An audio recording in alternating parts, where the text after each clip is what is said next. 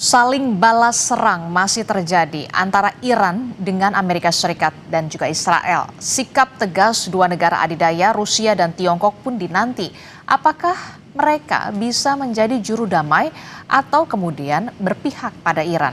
Karena diketahui Rusia sempat menggelar latihan militer bersama dengan Iran. Kami akan bahas bersama dengan Dubes RI untuk Rusia maksud saya, periode 2008 hingga 2011.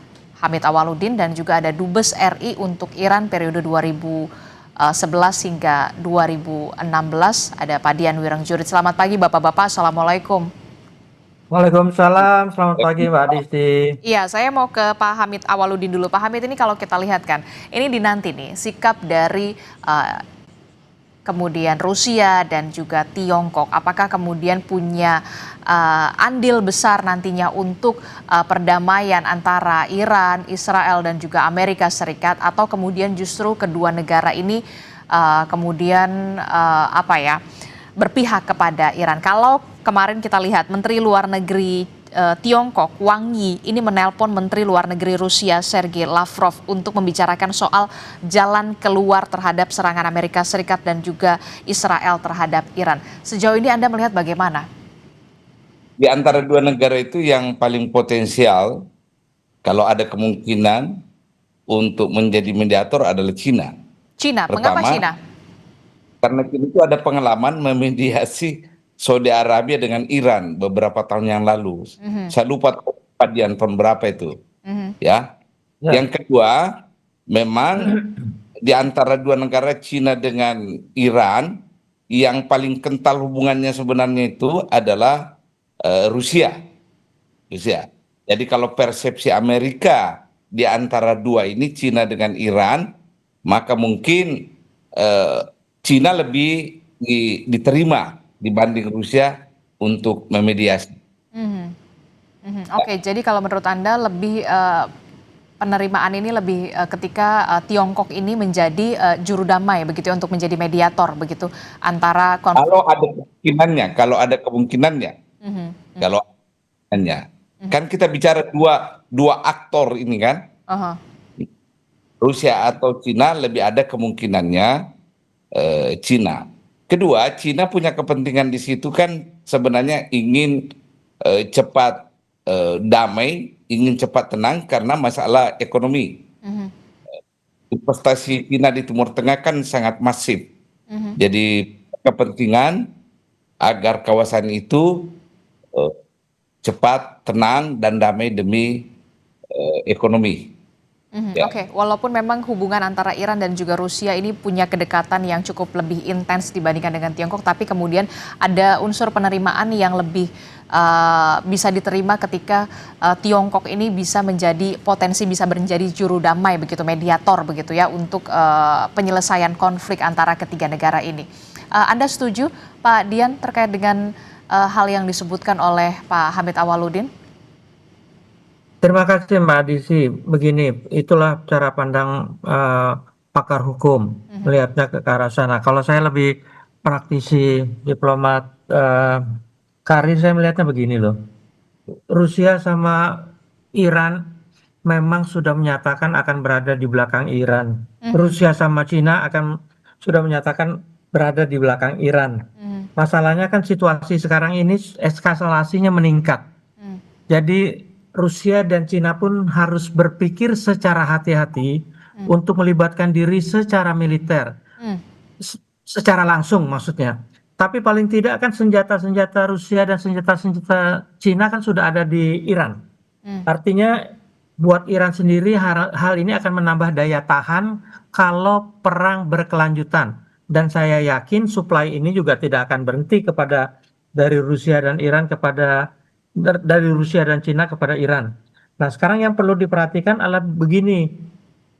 Sebagai diplomat, saya selalu melihat peluang gitu ya, bahwa di tengah ketegangan apapun pasti ada celah. Nah, celah yang selama ini belum terlalu banyak diungkapkan itu adalah satu, bahwa yang namanya negara teluk itu, kalau perang ini berkelanjutan, mereka lah yang paling menderita. Karena hasil pembangunan bertahun-tahun membuat negara mereka menjadi makmur, megah dan sebagainya akan hancur dalam beberapa hari atau beberapa minggu. Mereka tidak mau itu terjadi. Rakyatnya juga pasti tidak akan membiarkan. Artinya apa? Pertama, dalam hal ini saja, masyarakat Teluk di negara-negara Teluk pasti akan eh, mengupayakan pemerintah mereka tidak terlalu jauh ikut terlibat. Walaupun memang mereka sudah menjadi sasaran, tapi yang disasarkan pangkalan angkatan militer. Amerika terbatas. Sementara Israel dan Amerika dari awal sudah brutal, sasaran sipil pun diserang. Mudah-mudahan negara Teluk tidak ikut terpancing untuk ikut-ikutan menambah eskalasi perang ini. Nah, kedua yang tadi saya bilang yang dilupakan atau tidak diperhatikan bahwa PBB itu tidak diam. DKPBB itu jelas sekarang lagi berproses mengupayakan segala cara diplomatik untuk menyelesaikan. Paling tidak saat ini sedang diupayakan gencatan senjata. Seperti dalam konflik militer atau perang lainnya. Nomor satu itu prioritas PBB sekarang gencatan senjata. Nah, tolong diingat sekarang, PBB itu 5 anggota tetapnya itu terlibat perang.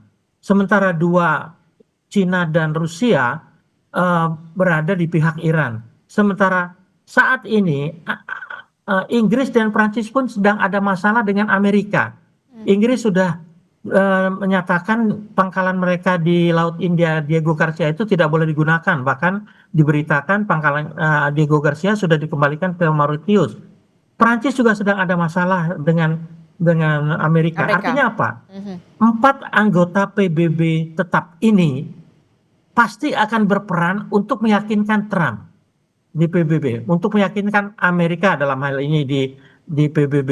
Nah, hal ini belum terlihat hasilnya memang, tapi mengingat perang juga, maaf tanda kutip baru 4 hari, hal ini diperkirakan akan membutuhkan waktu yang agak lebih lama, karena memang saat ini masing-masing pihak sedang gencar-gencarnya, sedang berusaha maksimal untuk mulai saling membalas lebih dari yang sebelumnya. Bahkan Trump menyebutkan aksi balas serang ini bisa berlangsung 4 minggu. 4 minggu kata Trump, tapi tolong diingat, sebagai siapapun yang paham tentang Trump, yang kita tahu sakit jiwa, apa yang dikatakan oleh Trump tidak bisa dipercaya. Yang katanya dia sedang berunding, yang katanya dia Israel sekarang bulan puasa pun, bulan suci Ramadan buat umat Islam pun tidak dipedulikan kok, gitu loh. Jadi saya tidak terlalu percaya. Artinya apa? Mungkin saja Trump bilang 4-5 minggu, mungkin saja bisa berlanjut, tapi mungkin juga bisa lebih cepat karena sejalan dengan eskalasi perang, eskalasi peningkatan diplomasi juga berjalan, gitu loh. Oke, berarti Anda melihat bahwa memang soal persenjataan begitu secara tidak langsung Iran kemudian di backup juga dengan Rusia dan juga Tiongkok, Pak Dian. Kalau itu sudah jelas karena sejak perang bulan Juni yang lalu itu kerjasama militer Iran dengan Rusia dan Cina kan sangat meningkat. Bahkan sejak itu pula persenjataan Cina dan Rusia sudah mulai dikirim. Saya yakin 6 bulan sejak perang Juni, persenjataan Iran yang sekarang bukan hanya senjata-senjata yang dibuat oleh Iran sendiri, tapi sudah dilengkapi oleh senjata-senjata dari Cina dan Rusia. Dan tolong diingat, ketika bulan Juni itu serangan Israel juga berhasil menyasar ke Iran, senjata-senjata penangkal yang selevel dengan Iron Dome-nya Amerika juga sudah dikirim ke Iran. Oke.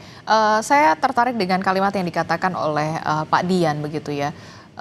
Tiongkok dan juga Rusia, walaupun memang dalam tanda kutip ya membackup soal persenjataan Iran, tapi kemudian ada sikap hati-hati yang kemudian dilakukan oleh 2 negara yakni Rusia dan juga Tiongkok dalam hal konflik yang terjadi saat ini, aksi serang balas antara Iran, Amerika Serikat dan juga Israel. Bagaimana Pak Hamid melihat ini begitu? Benarkah Rusia saat ini tengah bersikap cukup hati-hati untuk bisa terlibat langsung? Pertama ya, terlepas dari itu saya ingin katakan ya, Amerika harus hati-hati hadapi Iran.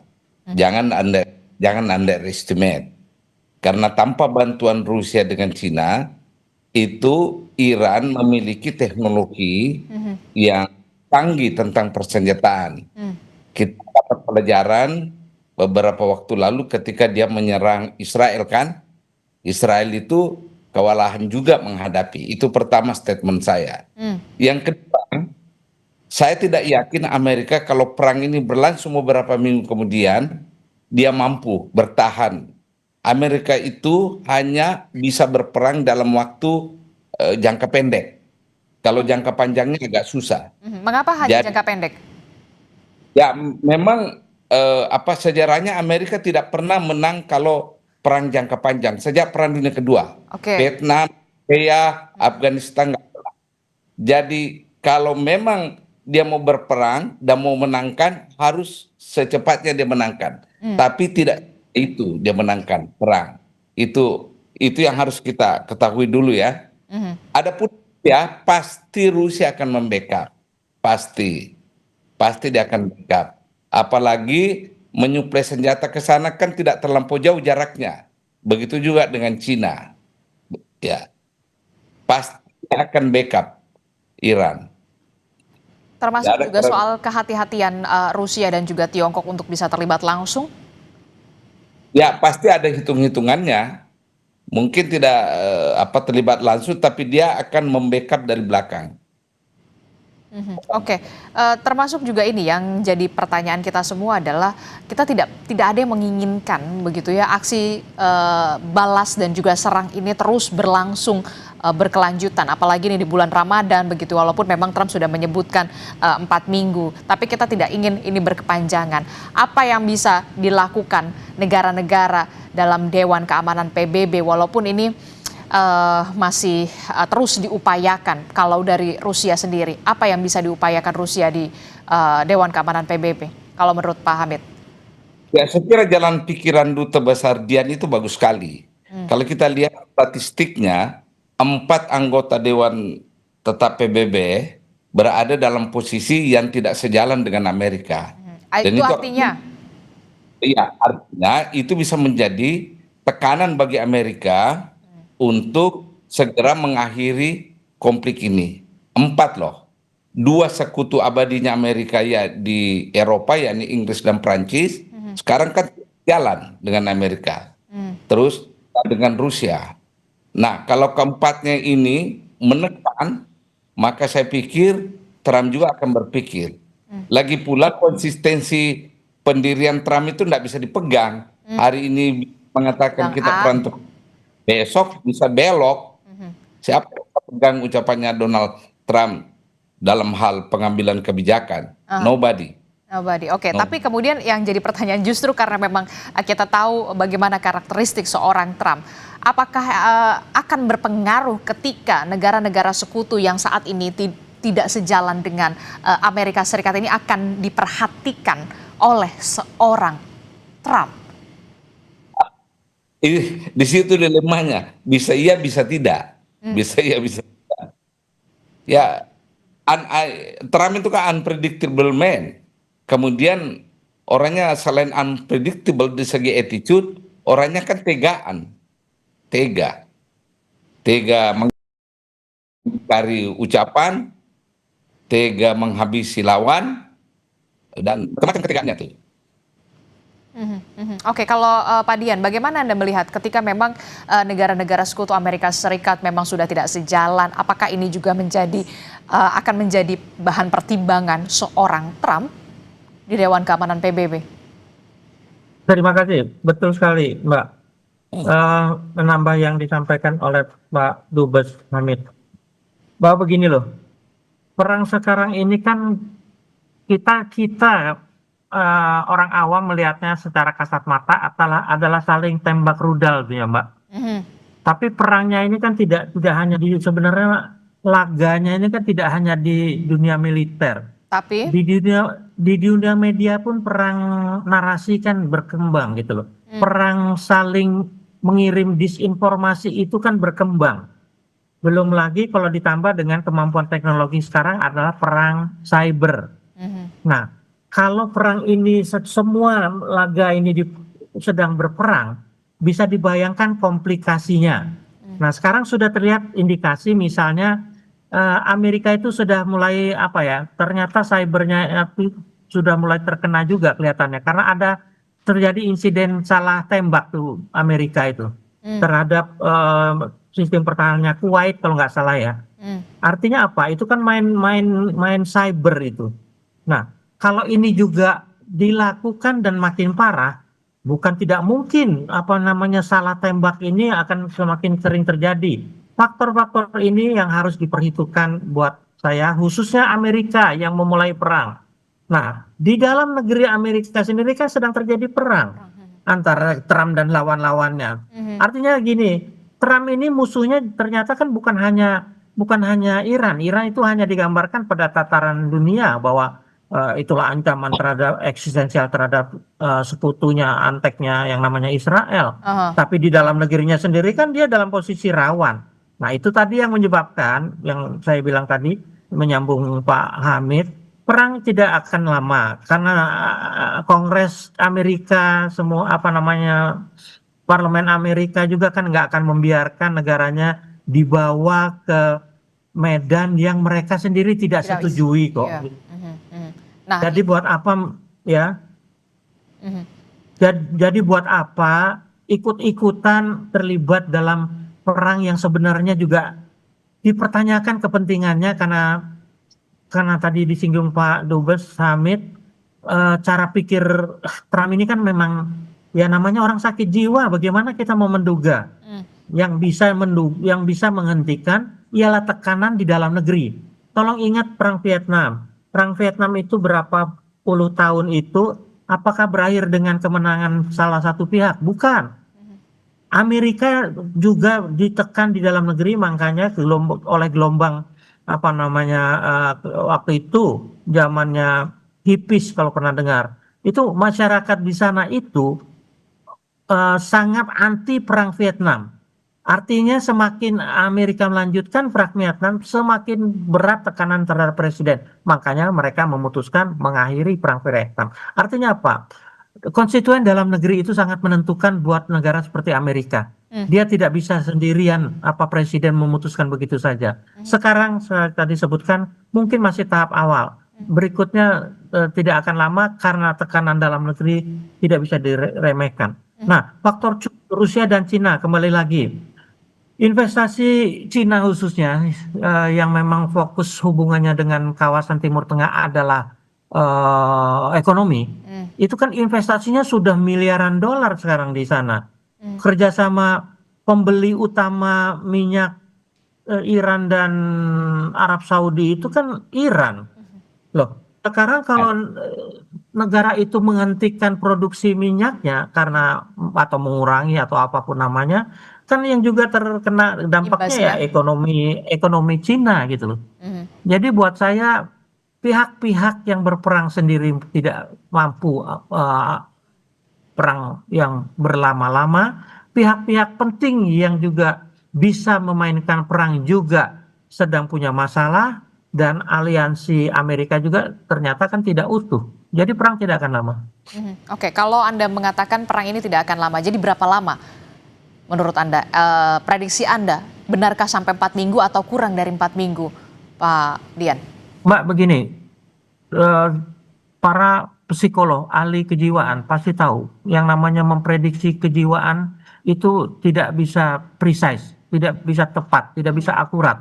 Apalagi meramalkan karena kunci dari semua masalah ini adalah orang yang namanya Trump, Trump. yang kita tahu sakit jiwa. Nah, meramalkan orang sakit jiwa tidak bisa, susah. Artinya apa sih? Orang sakit jiwa itu memang mungkin harus diperlakukan juga secara khusus.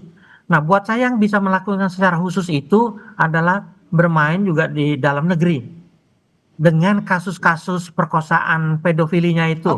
Itu yang harus dilakukan. Oke. Kembali kepada berapa lama tidak bisa diramalkan. Tapi dengan gambaran yang saya berikan tadi bahwa dunia PBB sedang bermain, saya sebagai diplomat yakin diplomasi bisa memperpendek atau tidak membuat perang ini berlama-lama. Oke, kita semua tidak ada yang berharap aksi balas serang ini antara ketiga negara ini berlangsung lama begitu ya. Apalagi ini lagi di bulan Ramadan. Nah, untuk di internal Irannya sendiri, Pak Dian, bagaimana Iran akan segera untuk bisa menemukan nama pengganti Ayatullah Khamenei ini? Ada beberapa nama, kalau kita lihat kan ada Mujtaba Khamenei, anak kedua Khamenei, kemudian ada Ali Reza Arafi, ada Muhammad Mehdi, kemudian ada Hasan Khomeini, ada Hashim Hosseini, ada Gholam Hossein. Kalau dari kacamata Anda, siapa yang paling berpeluang? Benarkah terah ini dari terah keturunan atau seperti apa? Mbak, begini ya. Coba kita mundur sedikit ya, ketika Iran diserang Irak tahun 80 itu dikatakan lemah. Ternyata Iran bangkit walaupun militernya ketika itu terpecah. Saya mau kaitkan begini. Dalam keadaan kritikal darurat seperti itu saja, Iran bisa bertahan. Artinya apa? Mekanisme negara Islam Iran itu dalam kondisi awal pun sudah bisa bertahan. Apalagi sekarang yang sudah 47 tahun, mekanisme itu bertahan. Artinya apa? Kalau pemimpinnya kali ini tewas, bukan berarti dengan sendirinya mereka akan panik, akan heboh, akan bagaimana. Semua sistem tetap berjalan. Makanya pemilihan pengganti Ayatullah Khamenei pun bukan hal bukan hal yang perlu dibesar-besarkan. Di Iran, kalau mau jujur, masalah penggantian ini bukan jadi isu gitu loh, Mbak. Artinya tidak ada berita heboh mengenai siapa pengganti, karena mereka yakin siapapun penggantinya pasti akan tetap bisa menjalankan visi misi yang sudah digariskan oleh pendirinya Ruhollah Khomeini dan almarhum Khamenei yang barusan tewas secara pengecut ditembak oleh Amerika itu tidak akan terpengaruh, semua akan tetap dijalankan. Misinya itu ya tetap anti Zionis. Sementara itu soal pemilihan nama-nama yang beredar sekarang pun kan belum tentu akurat. Karena masih bisa bertambah, masih bisa berkurang, tergantung siapa yang lolos di verifikasi dewan pakar itu. Itu semua tidak ada yang bisa tahu karena memang sifatnya tertutup, seperti juga pemilihan paus yang tidak ada warga Katolik pun yang tahu sampai saat terakhir. Artinya apa? Kalaupun siapa yang terpilih, pasti ada yang bilang surprise, ada yang bilang oh itu wajar. Tapi semua itu kita tidak bisa membaca apa yang ada di benak para pakar dalam dewan pakar itu. Jadi buat saya begini loh, Mbak, daripada kita di kita memang heboh sekali itu, seakan-akan itu akan menentukan jalan perang berikutnya. Tentu saja, tapi yang pasti bukan seorang pengganti Khamenei yang akan begitu saja menentukan, karena siapapun pengganti Khamenei itu pasti akan mendengarkan masukan dari yang sekarang menangani perang ini, para pejabat tinggi politik militernya, juga ayatollahnya. Artinya apa? Nama-nama yang beredar semua spekulasi. Kalau ada tadi disebutkan apakah akan berdasarkan keturunan, belum ada presidennya karena ini baru 2 kali ayatollah yang memimpin. Kalau dibilang dari luar, nanti disebut Arafi, nanti orang pasti kaget lagi kalau dibilang Arafi itu katanya besar karena dia senior, karena pengetahuannya luar biasa, kedalamannya, kematangannya, tapi dia bukan keturunan Nabi. Nah, kalau ditanya kenapa kok saya tahu itu bukan keturunan Nabi, di Iran itu kalau keturunan Nabi semuanya hitam. Jadi ayatollah pun banyak yang bukan keturunan Nabi. Apakah Iran akan keluar dari tradisi ini? pengganti Ayatullah itu bukan keturunan Nabi. Tidak ada yang bisa menebak, Mbak. Kita tunggu saja. Oke, baik, kita akan tunggu bagaimana siapa yang kemudian menggantikan Ayatullah Khamenei setelah kemudian syahid atas serangan Amerika Serikat dan juga Israel ini. Yang terakhir yang ingin saya tanyakan, soal perdamaian ini, apakah akan ada andil dari PBB terkait dengan konflik yang terjadi antara Iran, Amerika Serikat, dan juga Israel, Pak Hamid? Ya pasti, dengan sendirinya sebagaimana Pak Dubes Dian katakan, Dewan Keamanan itu tidak tinggal diam. Dan kita harapkan memang PBB cepat untuk terjun, menengahi ini. Pasti ada PBB. Ya. Anda mungkin ingin juga mengatakan bagaimana dengan Indonesia, kan? Iya, pastinya. Saya tidak melihat kemungkinan itu ada. Saya tidak terus terang. Walaupun memang Presiden Prabowo Subianto menawarkan untuk menjadi mediator. Sebuah niat baik kita terima. Tapi implementasinya agak susah. Pertama, ada yang disebut political leverage. Ya. Yang kedua, kalau orang mau menjadi mediator kan harus berada dalam posisi di tengah. Yeah. Dan kita Indonesia adalah posisi kita di Dewan Perdamaian itu. Ya agak susah bagi Iran untuk menerima itu. Tapi sebagai sebuah niat baik, ya kita patut apresiasi ya. Sangat sah. Oke, Anda sepakat Pak Dian untuk penawaran Presiden Prabowo Subianto ini potensinya dirasa sulit? Sebelum itu PBB sedikit, begini. Apa yang dilakukan Trump dalam BOP, kalau mau jujur, BOP itu tujuan utamanya tidak sama sekali menyebut Palestina atau apapun. Tujuan utamanya adalah memajukan perdamaian. Namanya saja Badan Dewan Perdamaian. Tapi yang dilakukan oleh Trump terbukti bahwa ketuanya Dewan aja tukang perang gitu loh. Tukang bikin perang, bahkan pengecut gitu ya, menyerang duluan. Jadi BOP sudah tidak akan berfungsi. Pengertiannya begini, BOP dibentuk untuk mencari jalan penyelesaian masalah dunia di luar PBB. Tapi sudah jelas terbukti PBB pemimpinnya saja yang sakit jiwa itu sudah membuktikan tidak bisa dipercaya lagi. Akhirnya apa? Artinya apa? PBB itu adalah satu-satunya badan dunia yang paling legitimasinya paling besar karena hampir semua negara dunia ada di situ. Jadi apapun yang dihasilkan PBB adalah representasi keinginan dunia. Jadi pasti ujung-ujungnya adalah PBB dan dalam hal ini Dewan Keamanan. Kalau mengenai peran Indonesia, maaf Pak Dubes Hamid itu sangat santun ya. Kalau saya bilang tidak mungkin Indonesia bisa berperan. Kita tidak punya leverage jelas kok. Menyelesaikan ASEAN aja kita nggak mampu kok masalah-masalah di ASEAN. Menyelesaikan masalah kita di ASEAN tentang sifat dan legitan kita malah kehilangan sifat dan legitan. Kita tidak mampu, Myanmar tidak mampu. Apalagi mau menangani masalah di luar yang bukan di. Kalau soal maaf dengan segala hormat Presiden kita menawarkan diri, aduh saat ini nggak perlu menawarkan diri. Orang-orang yang negara-negara yang memang dipandang kredibel dan punya leverage sudah bekerja. Kalau cuma menawarkan diri, semua pemimpin negara menawarkan diri kan repot. Kita selalu media kita menekankan seakan-akan cuma kita gitu yang sangat concern. Tidak, Mbak.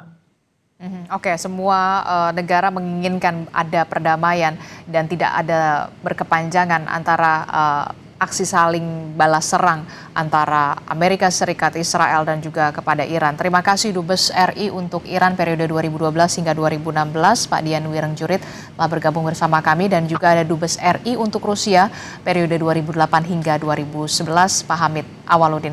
Terima kasih Bapak-Bapak, Assalamualaikum, selamat pagi.